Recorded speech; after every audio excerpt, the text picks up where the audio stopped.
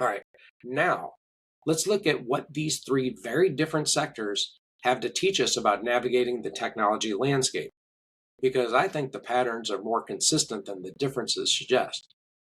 The first pattern is that every sector is dealing with the same fundamental tension between speed and readiness. Technology is moving faster than any organization in any sector can comfortably absorb. SLED organizations feel this because their governance structures weren't built for speed. Commercial organizations feel it because the competitive pressure to move fast sometimes gets ahead of the foundation required to move well.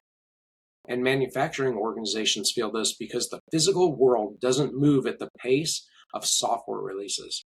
And in every case, the organizations that are navigating it best are the ones that have been honest about where their readiness actually is, not where they wish it was. The second pattern is that legacy, in all its forms, is the silent constraint in every sector.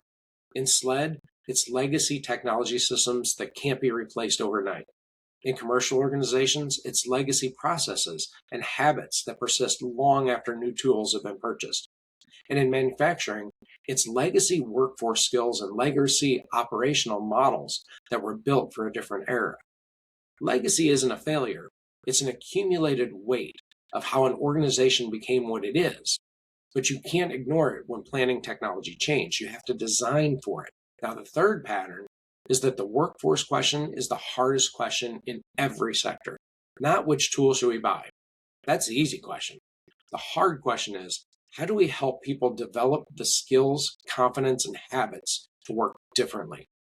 In SLED, that question runs up against workforce longevity and institutional inertia. In commercial organizations, it runs up against capacity and bandwidth. And in manufacturing, it runs up against the identity and expertise of highly skilled workers who've built careers doing things a specific way.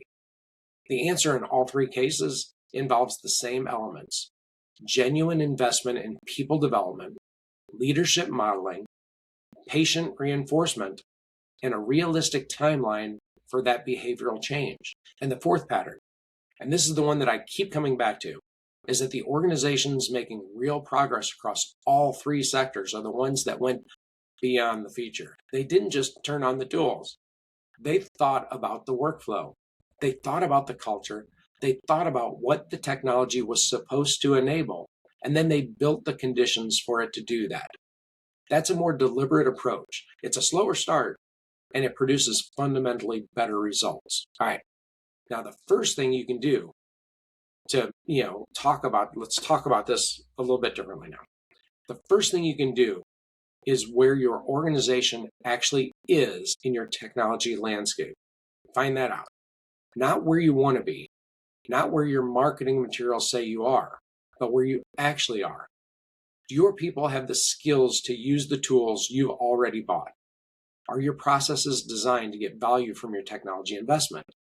Is your data in a state where AI tools can do something useful with it? Those honest answers are your starting point. The second thing is to stop treating technology projects as a separate from people projects. Every technology implementation is a change management project in disguise. If you plan for rolling out a new tool that doesn't include a plan for helping people actually change how they work, you've only got half a plan. The other half is what makes it work.